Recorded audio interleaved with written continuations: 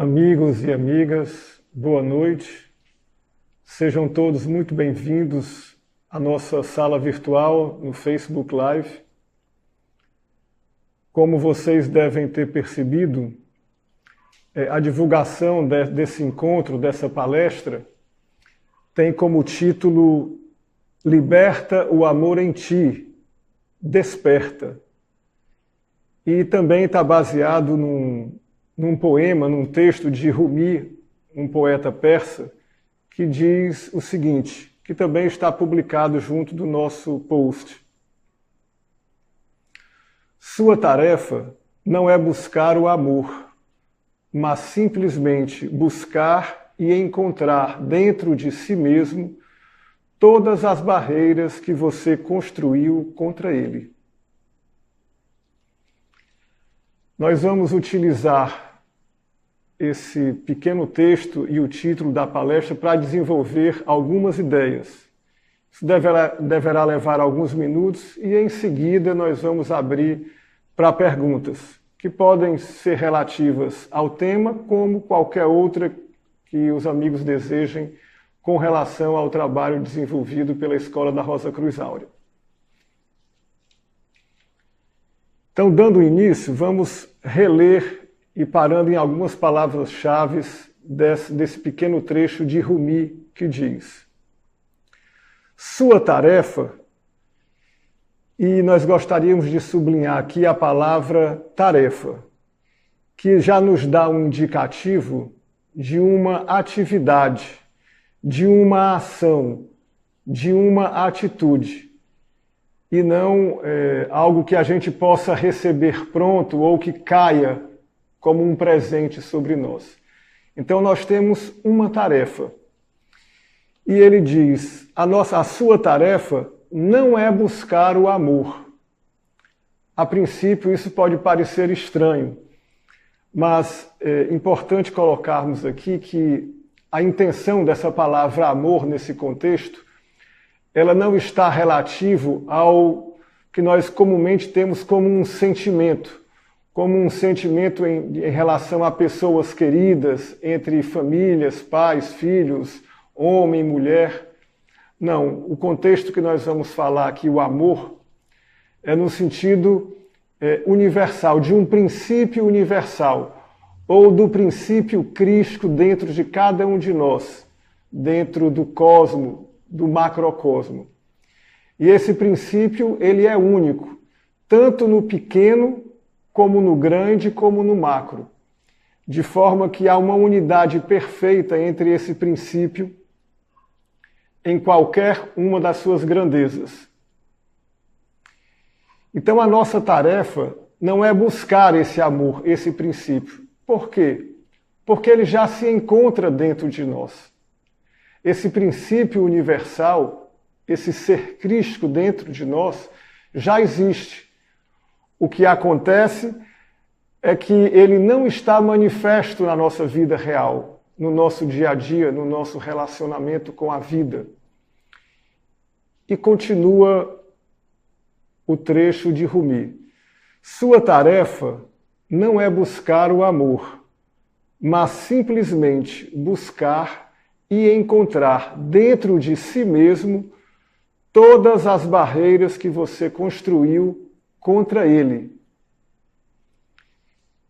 E nós vamos sublinhar aqui as palavras dentro de si mesmos.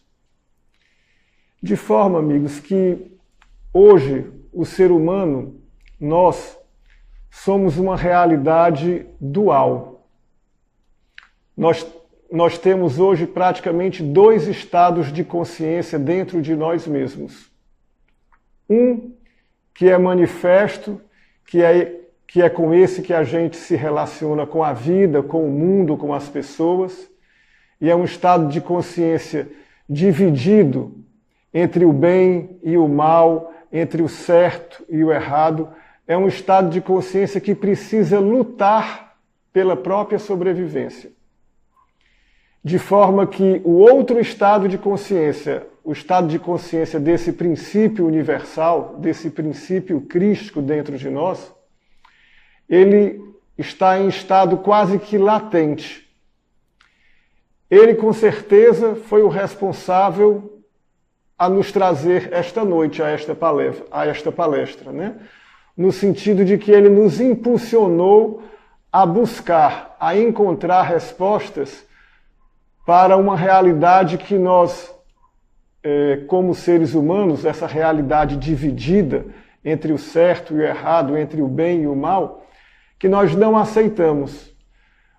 Outra condição muito característica dessa realidade que nós vivemos é uma realidade temporal, onde tudo tem um começo, um desenvolvimento e um fim, que nós chamamos de morte.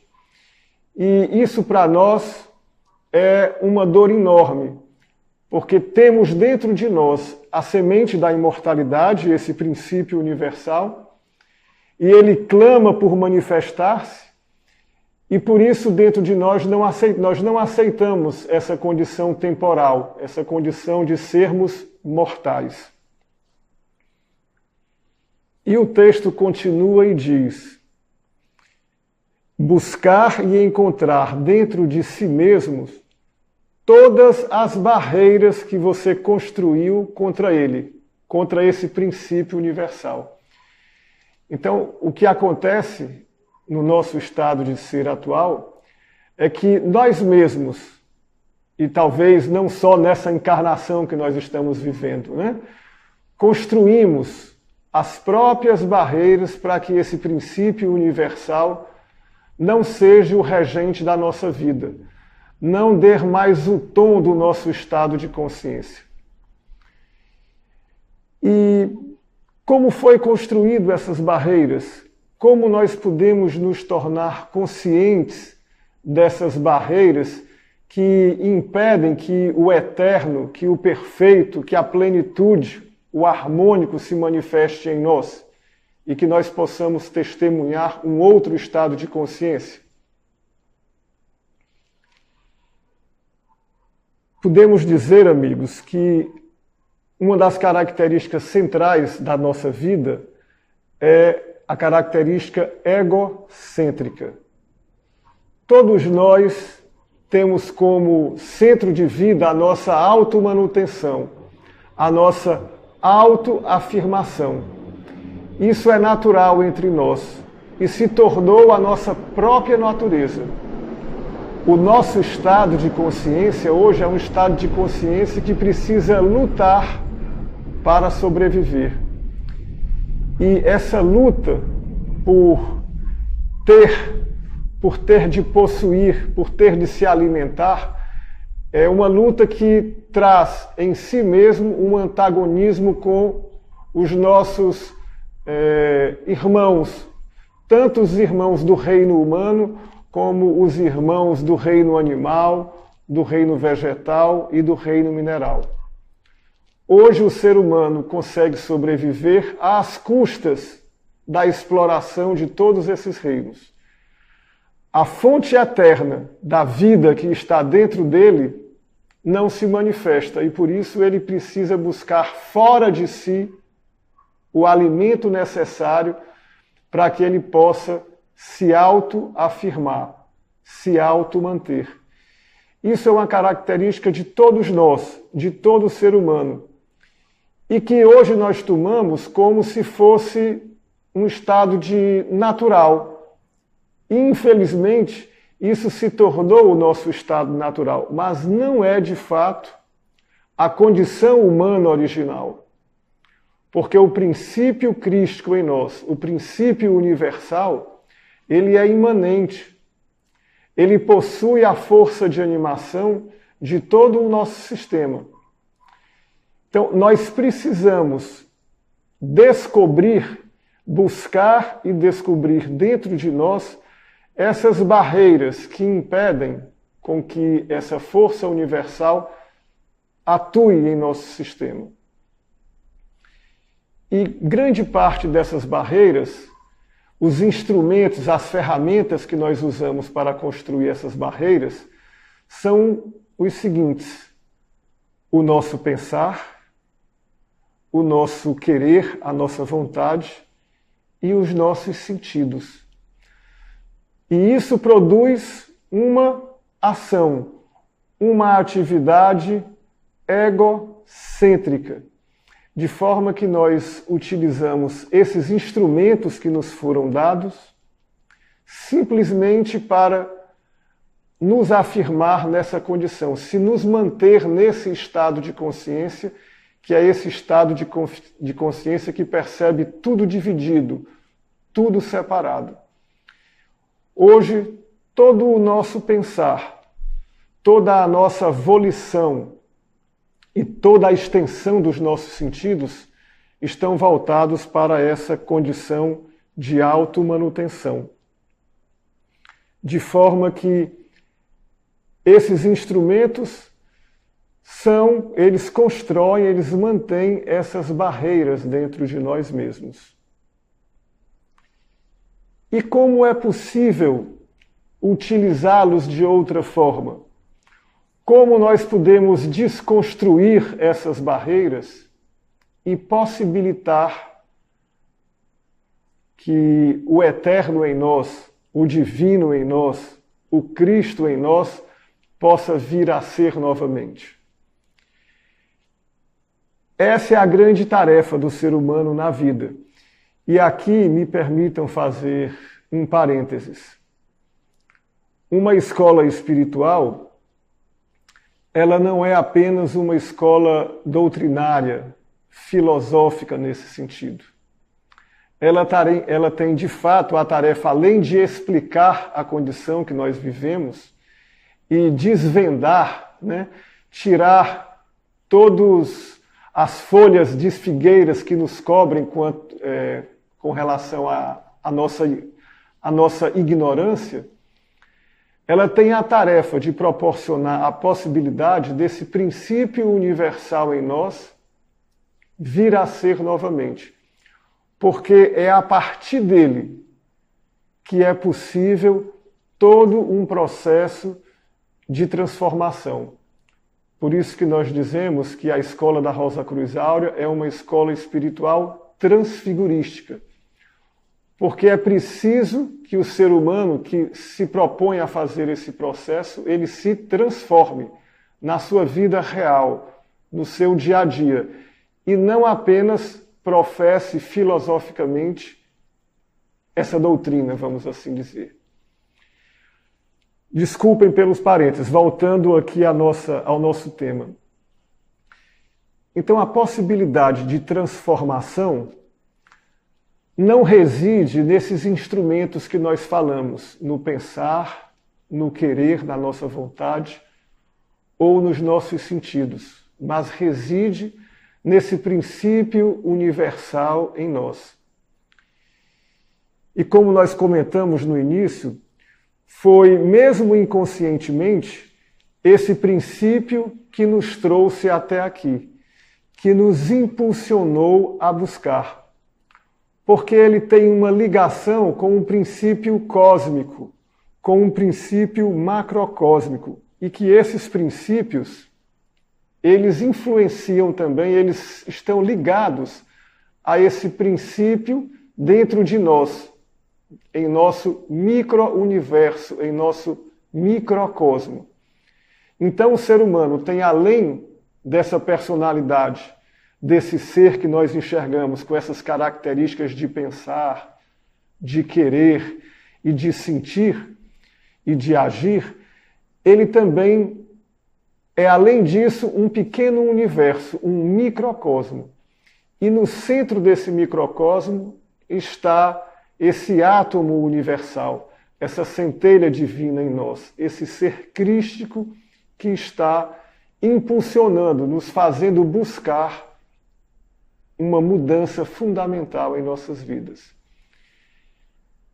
Todo o trabalho da Escola Espiritual da Rosa Cruz Áurea é voltado para esse princípio universal. E como é ele que nos trouxe até aqui, é a partir dele que esse caminho pode ser trilhado. É a partir da vivificação desse princípio universal que uma nova luz, um novo estado de consciência poderá vir a nascer no ser humano. E por isso que se fala também em renascimento. E por isso que na Bíblia, no Novo Testamento, fala-se de novidade, de um novo nascimento. Essa é a grande mensagem de Jesus Cristo que nos trouxe, de uma novidade, de um Natal, de um novo nascimento, a partir desse princípio universal em nós. Para que esse princípio se desenvolva, para que ele possa ser vivificado, é preciso um campo especial, que tenha sintonia, que ressoe, que tenha a mesma vibração que esse princípio universal em nós. E esse é o aparelho, é a usina que é uma escola espiritual. Todos aqueles que são alunos de uma escola espiritual têm esse mesmo anseio, esse mesmo desejo. E é a partir da unificação desse anseio de busca que é possível o Pai encontrar ao Filho dentro de nós. Quando nós nos reunimos em torno desse anseio, nós criamos um campo magnético. E esse campo, ele emite uma vibração. E essa vibração, ela sempre será respondida. Porque não há como o pai não encontrar ao filho quando esse está em busca dele. Isso é magnético. De forma que uma escola espiritual, ela vai gradativamente construindo esse campo de trabalho. E quando um ser humano, uma alma humana, é admitido nesse campo, ele pode trilhar esse caminho de desvendar dentro de si mesmo esse novo ser que está latente dentro dele. E aqui nós voltamos ao título da palestra, para encerrar essa primeira fase, que diz: liberta o amor em ti, desperta. Esse amor é esse princípio universal, e ele trará a todo ser humano que se dedicar a esse protoátomo, a esse botão de rosa, como nós chamamos, um novo estado de consciência, um estado de consciência desperto. Ele não estará mais embriagado, vamos assim dizer, né? Ele estará desperto e poderá contribuir conscientemente com o desenvolvimento desse novo ser dentro de si mesmo. Amigos, creio que seja suficiente essa pequena introdução e ficamos à disposição de vocês para ter perguntas e, na medida da nossa condição, nós vamos procurar responder. A primeira pergunta é de Andréia Costa, que pergunta: haverá harmonia na dualidade? Andréia, obrigado pela pergunta. A dualidade, como nós conhecemos, essa dualidade do bem e do mal, das forças do nosso estado de consciência, elas não têm como, com esse estado de consciência, serem superadas. O ser humano, ele precisa se elevar acima desse estado de consciência. Quando nós falamos, e a filosofia chinesa, a filosofia oriental, ela fala muito de um caminho do meio. O caminho do meio, nesse caso, não é, vamos dizer, tentar aproximar esses opostos, mas superá-los.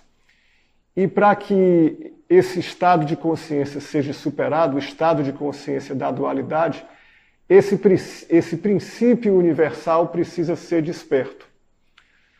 Toda a tentativa de nós, vamos assim dizer, fortalecer o lado positivo ou o bem da natureza, em algum momento, com o nosso estado de consciência, atrairá o oposto, o mal. de forma que, quando nós vamos para um extremo, o outro extremo é atraído. Porque não há como romper esse ciclo da dialética com o nosso estado de consciência. É preciso que o estado de consciência do ser humano mude completamente. E aí ele vai ter um novo pensar, um novo estado de sentidos e uma volição ligada ao princípio universal. Esse princípio universal é o que rege o nosso planeta, é o que rege o nosso sistema solar. Ele também está dentro de nós. Então, assim, voltando assim, ao centro da tua pergunta, não há como fazer unidade dentro da nossa dualidade. Não há como forçar o bem e eliminar o mal nesse sentido. Mas há como superar esse estado de consciência a partir do nascimento de uma nova consciência no ser humano, a partir desse princípio universal, que está em outra condição vibratória, que está em outra condição de vida completamente distinta. É isso, André, que me ocorre para te dizer.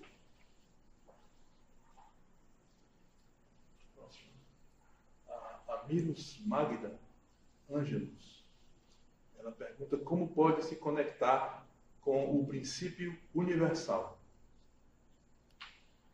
Milos Magda. Magda, esse princípio universal, como nós podemos nos conectar a ele? Veja, esse princípio, ele já existe dentro de nós. E como disse a frase de Rumi, nós temos que buscar e descobrir as barreiras que nós construímos contra ele. Nós podemos aqui falar de uma série de barreiras, como nós comentamos rapidamente a respeito dos nossos pensamentos, que nós não controlamos. Eles têm uma atividade autônoma sobre nós. Eles determinam muitas vezes aquilo que nós somos, aquilo que nós queremos. Nós também temos uma bagagem kármica que herdamos de outras encarnações, de outros habitantes desse microcosmo, que determinam em grande parte os nossos sentidos, as nossas experiências, a formação dos nossos 4 corpos, de forma que há uma série de construções que foram determinadas pelo karma que constituem o nosso estado de ser. E não é simples demoli-los, porque isso não é um processo automático. É preciso primeiro nós compreendermos um pouco mais a prisão em que nós estamos encerrados, aprofundarmos um pouco mais a constituição desses corpos, a constituição da nossa bagagem kármica, e isso pode ser aprofundado principalmente a partir da vivificação desse átomo espiritual que nós portamos, desse princípio universal em nós. E é por isso que todo o trabalho de uma escola espiritual, ela se volta para esse novo despertar. Porque é a partir dessa nova luz que nós podemos iluminar a nossa consciência, mesmo essa consciência ainda nesse estado de ser, para perceber além das fronteiras que normalmente nós vemos. Nós chamamos a isso de um estado de consciência superior. Então, nós podemos, a partir do discipulado dentro de um campo espiritual, de um campo apropriado, galgar estados de consciência acima do que nós temos hoje. Ainda não um novo estado de consciência, mas um estado de consciência que pode começar a ter uma percepção mais clara daquilo que nós somos. E a partir daí, a partir dessa nova percepção de nós mesmos, de uma percepção mais clara da própria prisão que nós construímos, nós podemos começar a ter minimamente a liberdade de escolha, de tomar uma atitude ou outra, e deixar de ser determinados completamente, ou deixar de apenas reagirmos aos impulsos, sejam externos ou internos, herdados pelo nosso próprio karma. Então, esse processo de libertação, ele é progressivo, ele é paulatino, ele é gradual. E o tempo dele, nós não podemos medir, porque ele é individual para cada um de nós.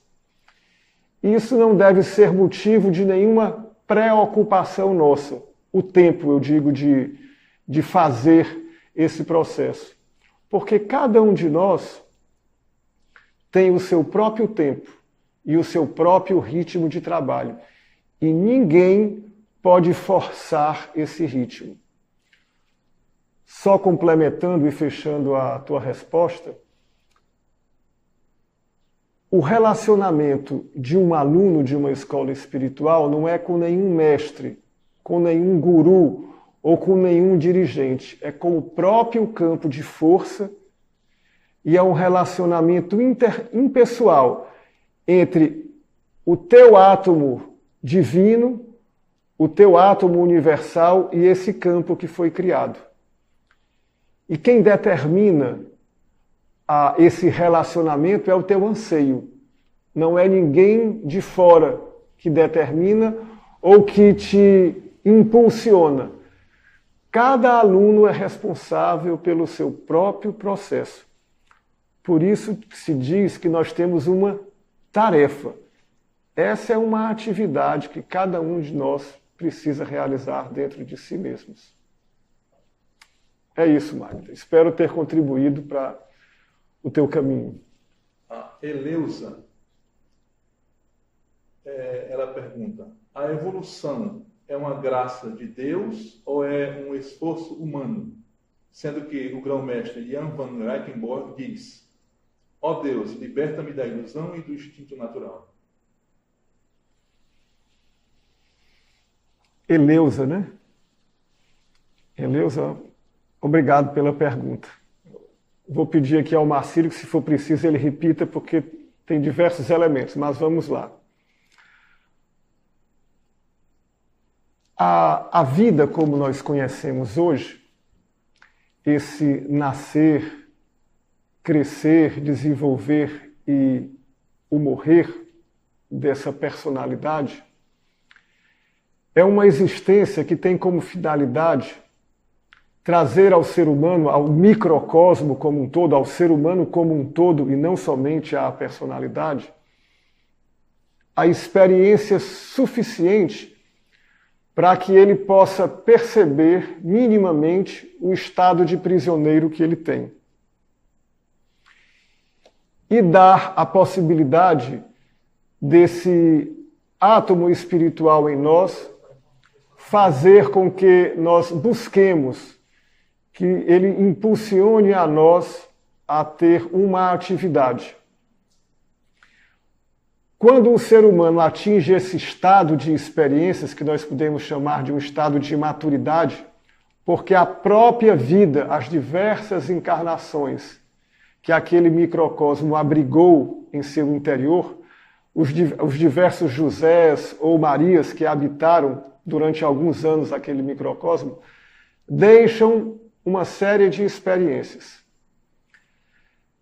Nesse sentido, se constrói uma maturidade para esse microcosmo, mas não uma evolução no sentido de que ele passe da condição natural de prisioneiro dessa ordem à condição de liberto da outra ordem. Essa maturidade é necessária para que nós cheguemos até essa sala onde nós estamos hoje. Mas a partir daí, o processo se coloca nas nossas mãos. O ser humano, ele precisa dar conscientemente os passos seguintes e realizar dentro de si mesmo esse processo evolutivo. Infelizmente, no estado de consciência que nós estamos hoje, nós precisamos, de fato, de um auxílio exterior, ainda que é uma escola espiritual, devido ao nosso estado de abismo em relação à condição vibratória desse novo estado de ser. Então, a escola espiritual, ela se coloca nesse processo como uma intermediária, como um facilitador para que esse processo evolutivo, de fato, possa ocorrer dentro de nós. Nisso, perceba que a escola não é um fim em si mesma. Ela apenas facilita, ela tem o papel de auxiliar a cada ser humano maduro a trilhar esse processo evolutivo, que nada mais é do que criar um novo ânimo dentro de si, uma nova alma, uma nova animação, a partir desse elemento universal dentro de nós. Para que esse elemento possa nos animar novamente, o elemento animador precisa silenciar. É preciso que eu diminua para que o outro cresça. Não é assim que tem um texto bíblico que fala? É nesse sentido. Então, o processo evolutivo, ele não vai se dar de forma automática. Isso, de fato, não. É, de fato, necessário a contribuição a partir desse estado de maturidade, que isso quem dá é a própria existência, auxiliado pela fraternidade universal, que é quem, vamos assim dizer, dá a possibilidade dessa nossa existência se manifestar. Então, através dessas experiências, nós amadurecemos e percebemos minimamente que estamos comendo a comida dos porcos e precisamos retornar ao lar, né? Na parábola, como diz a parábola do filho pródigo. Eu não sei se, Marcílio, eu respondi a pergunta completamente, eu acho que não sei se tinha, mas é isso que me ocorre dizer. A Laura Leme pergunta, resumindo, só nós podemos salvar a nós mesmos? Sim, Laura. Nós somos os únicos responsáveis pela nossa própria transformação e, a partir daí, a libertação dessa condição. Aproveitando a tua pergunta, seria interessante talvez colocar que esse processo, que nós chamamos genericamente de libertação, ele existe desde que o homem perdeu, e aí nós estamos falando do homem original, ele perdeu a condição de habitar nessa condição eterna, perfeita, harmônica, desde o momento que ele se desligou.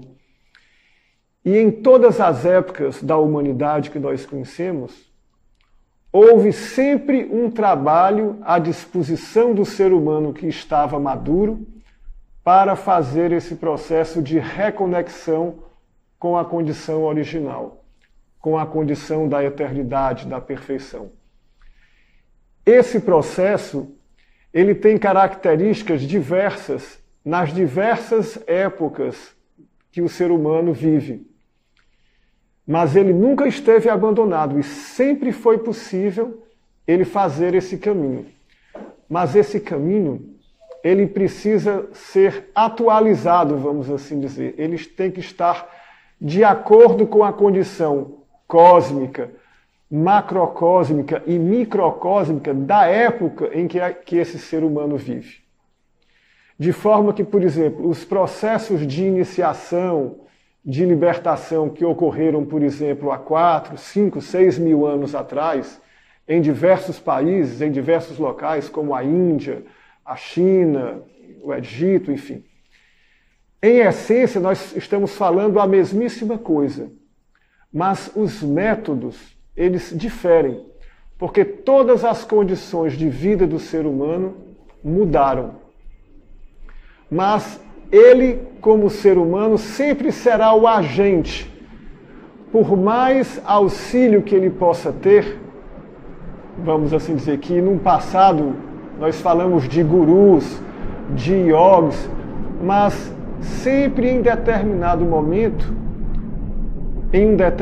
momento desse processo, aquele que está nesse caminho, ele tem que tomar as rédeas do processo. Ele tem que dar o passo, assim, para concluir esse trabalho. E não seria diferente na época de hoje. Então, repetindo assim, o aspecto da escola espiritual, ela se propõe a ser um instrumento facilitador nesse processo. De forma que ela não tem uma concepção pessoal de nenhum aluno. Quando um ser humano procura se ligar a um campo como esse, a uma escola espiritual como a da Rosa Cruz Áurea, ele precisa apenas dispor dessa maturidade, desse anseio. Ele não precisa dominar a doutrina, ele não precisa ter nenhuma característica especial com seus sentidos ou coisa que o valha. Não, absolutamente nada. O que nós olhamos é se essa doutrina para ele ressoou como algo que entra em sintonia, ele tem uma experiência dentro desse campo, assistindo a um dos nossos trabalhos, e a partir daí, se ele perceber que há de fato alguma sintonia, se ressoa dentro do seu coração algo que o faz dizer, parece que é aqui, ele deve adentrar esse campo. Antes disso, ele precisa pesquisar. E quando ele tiver essa certeza interior de que a escola espiritual poderá dar de fato esse auxílio para ele, ele deve adentrar. Mas sabendo que é ele o condutor desse processo e não a instituição, não a sua direção, não os seus membros, mas que ele sempre será o responsável pela ligação, pela sua ligação com esse campo, que ele fez de livre e espontânea vontade. Obrigado. O Josival Ferreira pergunta: qual a probabilidade de alguém conseguir se transfigurar sem estar ligado diretamente a uma escola espiritual? Boa noite, Josival. Obrigado pela pergunta. Veja, nós não temos um medidor que possa aferir essa condição. O que nós podemos dizer, amigos, é que se nós dispomos de um instrumento que facilita esse nosso trabalho e que a ligação que o ser humano tem hoje com essa estrutura egocêntrica é tão profunda que é difícil mesmo para ele reconhecer o estado de prisioneiro que ele está, diríamos que é muito pouco provável. É um caminho, vamos assim dizer, de 1 em milhões, aonde ele pode prescindir desse auxílio, dessa ferramenta que é uma escola espiritual. Não podemos dizer com certeza absoluta de que isso não é possível, porque isso não nos cabe, né? Não teríamos essa autoridade para dizer isso. Mas diríamos que é muito pouco provável que nós teremos a condição kármica de perceber com clareza como atuar dentro de nós mesmos para livrar, ou pelo menos para criar espaços aonde o novo possa ir surgindo. Porque, amigos, o que de fato hoje nós somos, se nós nos considerarmos como um pote, por exemplo, esse pote está repleto de experiências, e todas as experiências ligadas à nossa automanutenção, à nossa autoafirmação. A condição de aprisionamento nosso é muito acentuada. É simples observar isso, amigos, na nossa relação hoje na vida. Como nós nos relacionamos uns com os outros hoje? Estamos falando de modo geral, é claro. Como o ser humano se relaciona com os outros reinos? Como está a condição astral da natureza? Como está a condição material da nossa natureza? E somos nós os únicos responsáveis por tudo que está ao nosso lado. Amigos, tudo que existe e se mantém, nós somos os responsáveis. Não temos como terceirizar a responsabilidade por absolutamente nada. É muito fácil para nós acusar terceiros e etc., instituições. Tudo isso é possível, mas não resolve absolutamente nada. Então, se nós precisamos conhecer profundamente o nosso estado de ser, na condição que nós estamos, sem o auxílio de um campo apropriado para isso, é de fato muito difícil. E eu diria, por que não aceitar esse auxílio? Né? Se ele nos é ofertado. Então, Josival, não tem uma resposta conclusiva, mas a tarefa a que se destina a uma escola espiritual é unicamente essa: prestar auxílio a todos aqueles que reconheçam no seu campo, de fato, um campo auxiliador. E sem nenhum forçamento, é óbvio, né? Obrigado, Josival. O André Gonçalves, ele pergunta se o controle das emoções seria uma ajuda, tiraria essa barreira para esse, vamos dizer assim, para esse novo estado de consciência? Ok, obrigado, André, né? André Gonçalves. Obrigado, André, pela pergunta, muito pertinente. De fato, talvez o campo mais sensível do ser humano seja o campo das emoções. Nós somos facilmente tirados do nosso eixo quando nós estamos emocionados, né? E disse que um homem emocionado, ele não tem a razão, ele não tem a clareza da percepção. Isso é de nós muito conhecido, né? De fato, um ser humano que está num estado emocional alterado, ele às vezes não vê absolutamente nada na sua frente, vê realmente de forma distorcida. E veja, André, o estado emocional, de um modo geral, está relacionado com o nosso coração. E é interessante nós também chamarmos a atenção para o fato de que esse protoátomo, esse átomo centelha espiritual que está dentro de nós, esse princípio crístico que está no centro do microcosmo, ele tem a sua porta de ligação com a nossa personalidade, com o nosso corpo carnal, através do coração. Ele se liga à personalidade, quer dizer, o microcosmo com o seu átomo centelha, ele se liga à personalidade, a primeira ligação desse átomo universal é através do nosso coração, que foi um órgão criado especialmente para recepcionar o estado vibracional desse elemento universal em nós, de forma que ele tem uma constituição toda especial no nosso organismo, uma constituição celular, anatômica propícia para isso, completamente diferente de todo o restante do nosso corpo.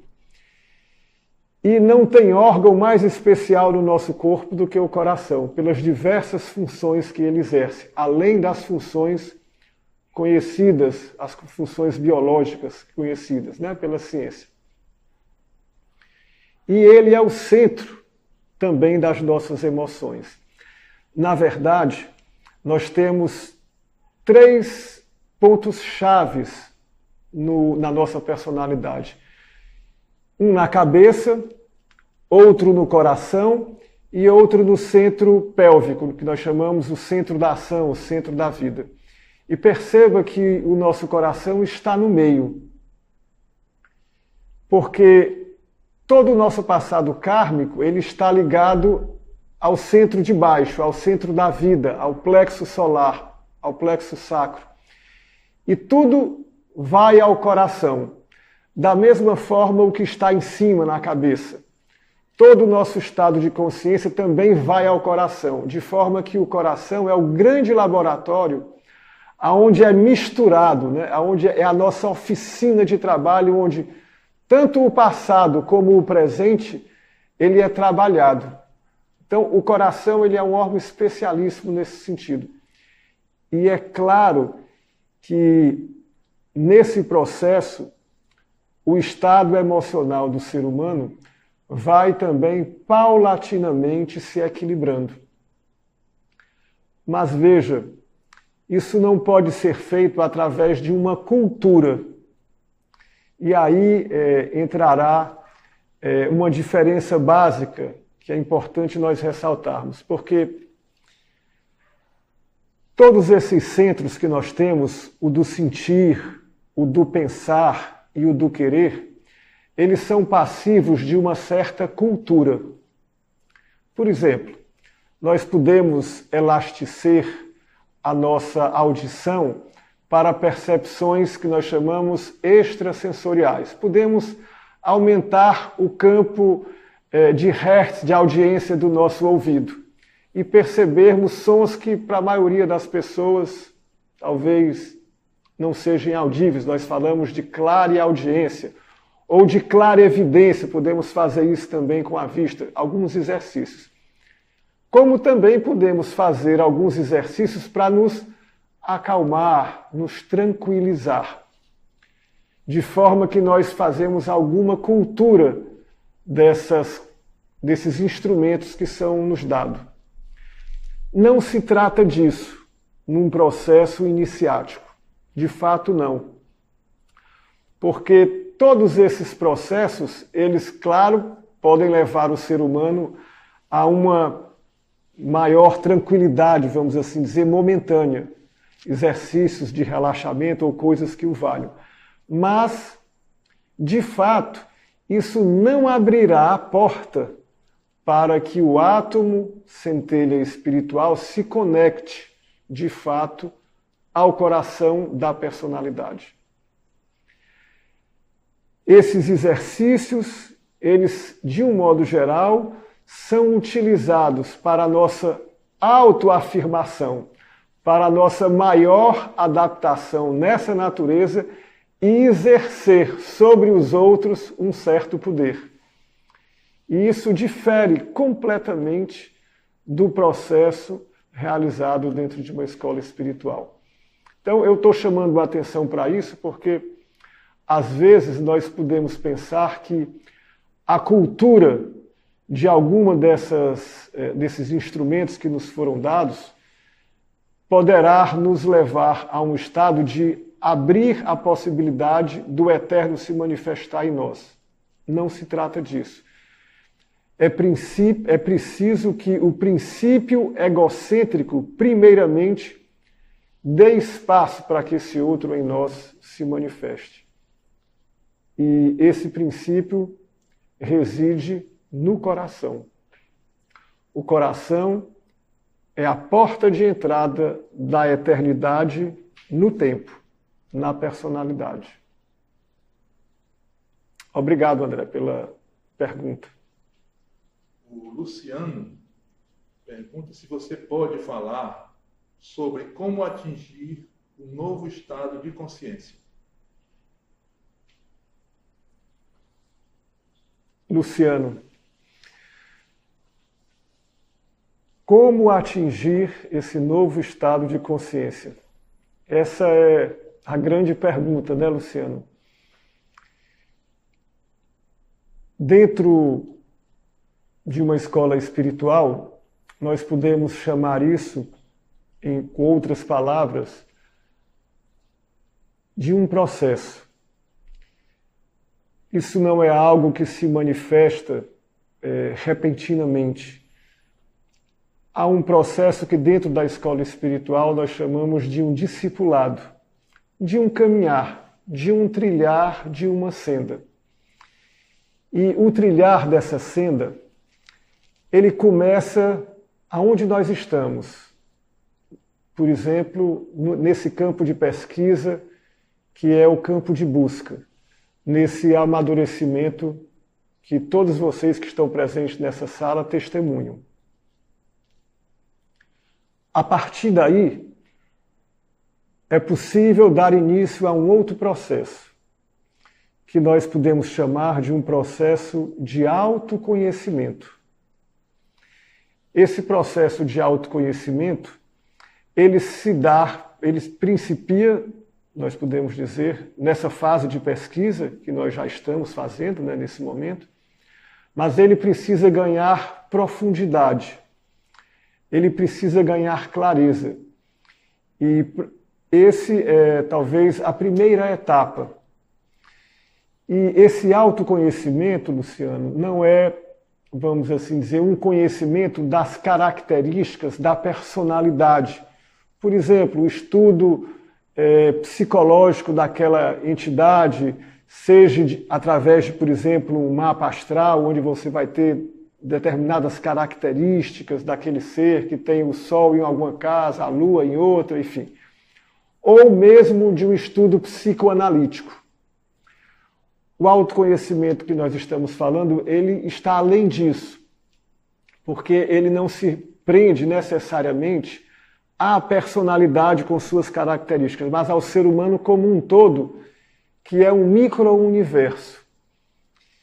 E esse conhecimento, esse aprofundamento nesse autoconhecimento, é preciso o despertar desse elemento universal em nós. É preciso a participação num campo que dê a possibilidade desse novo em nós vir a ser novamente. E isso é um processo. E é um processo magnético. É um processo onde, por livre e espontânea vontade, nós submetemos, nós levamos, né, esse microcosmo a um campo aonde ele possa ser alimentado por essa outra condição vibratória.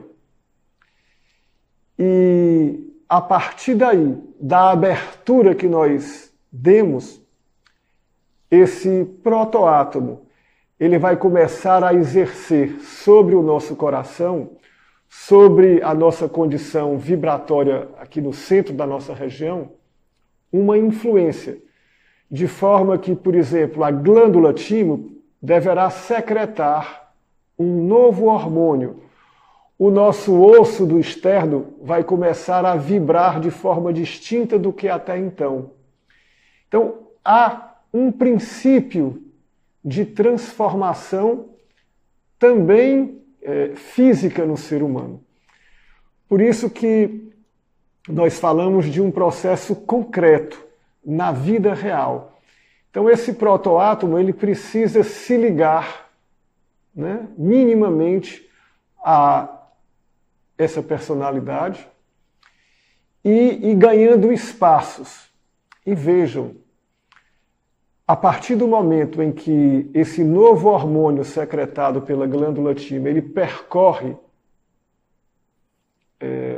o nosso sangue, quer dizer, ele é ligado imediatamente ao sangue, e isso está em milésimos de segundo em todo o sistema, né, sanguíneo, então em todo o corpo do ser humano, mas principalmente através da pequena circulação na nossa consciência, no nosso pensamento, esse hormônio poderá despertar em nós algo diferente de tudo aquilo que nós até então percebemos. Ele é capaz de dar início a um processo de busca, a um processo de transformação em nós. Só que como esse nosso organismo ele tem uma característica de eliminar tudo que lhe é estranho, aquele hormônio que percorreu minimamente o nosso organismo, ele será em algum momento expulso do nosso organismo, porque ele ainda é um elemento estranho. E pelo processo de automanutenção, de autoconservação, que é natural em nós, nessa condição de hoje, esse hormônio será eliminado. Porém, aquilo que dele foi gerado, os pensamentos que foram gerados naquele ser, eles se mantêm no nosso campo de respiração. Então, todas as vezes que esse ser humano que está ligado a esse campo se volta para esse campo, se coloca à disposição desse campo, ele alimenta esse outro dentro dele. E a cada alimentação, a cada momento em que ele é fortificado, ele vai criando espaço. Ele vai criando espaços dentro da personalidade, progressivamente, paulatinamente, sem forçar, de forma que esse autoconhecimento, ele vai ganhando amplitude e profundidade. E aí nós vamos começando a fazer escolhas conscientes na nossa vida. Então, Luciano, esse processo é um processo, como nós dissemos, inteiramente individual e dentro da condição de cada um e no ritmo de cada um. Então, ele começa com esse autoconhecimento e depois ele vai ganhando profundidade. Depois nós falamos num processo de autorrendição, aonde a nossa vontade ela vai ganhando clareza ao que ela deve se render a esse novo ser. Então ela vai ganhando consciência cada vez mais de como colaborar neste processo. Isso nós não temos como dizer com clareza ou ter receitas de como se fazer isso. Isso cada um vai conhecer dentro do seu próprio caminho. Por isso que se diz, se aprende a caminhar caminhando. Quer dizer, cada um constrói esse caminho que nos levará a essa condição de liberto. Obrigado, Luciano. Amigos, eu creio que nós estamos estamos aí nos aproximando de 1 hora de palestra, é o tempo que nós achamos conveniente de encerrar, mas antes de encerrar, nós gostaríamos de dar alguns avisos. O primeiro deles se diz, amigos, que há aqueles que se interessarem amanhã, dada a possibilidade de ter continuidade a várias perguntas que vocês queiram fazer, terá um grupo disponível através do Skype, deve estar sendo colocados para vocês aí no chat o endereço do Skype que vocês devem ter para se conectarem, e amanhã, às 20 horas, terá um grupo que poderá dar continuidade ou respostas, colocações a tudo que vocês queiram saber através da doutrina, do trabalho da Escola Espiritual da Rosa Cruz Áurea. Também é disponibilizado para vocês, essas palestras elas ficam gravadas tanto no nosso canal do Facebook como no nosso canal do YouTube, de forma que posteriormente vocês podem também acessar a essas palestras e dar continuidade às pesquisas. Além disso, grande parte dos nossos livros estão disponíveis para download gratuito, onde vocês terão com detalhes e com vagar a possibilidade de se aprofundar em todos esses pontos fundamentais da doutrina. E nos colocamos sempre à disposição de vocês, de 15 em 15 dias, nessas palestras. Então, de hoje a 15 dias, creio que no dia 26, salvo engano, nós estaremos novamente aqui com essa palestra às 20 horas, à disposição de vocês. O tema, o que será tratado, será disponibilizado na nossa página do Facebook. Boa noite, muito obrigado pela participação de todos.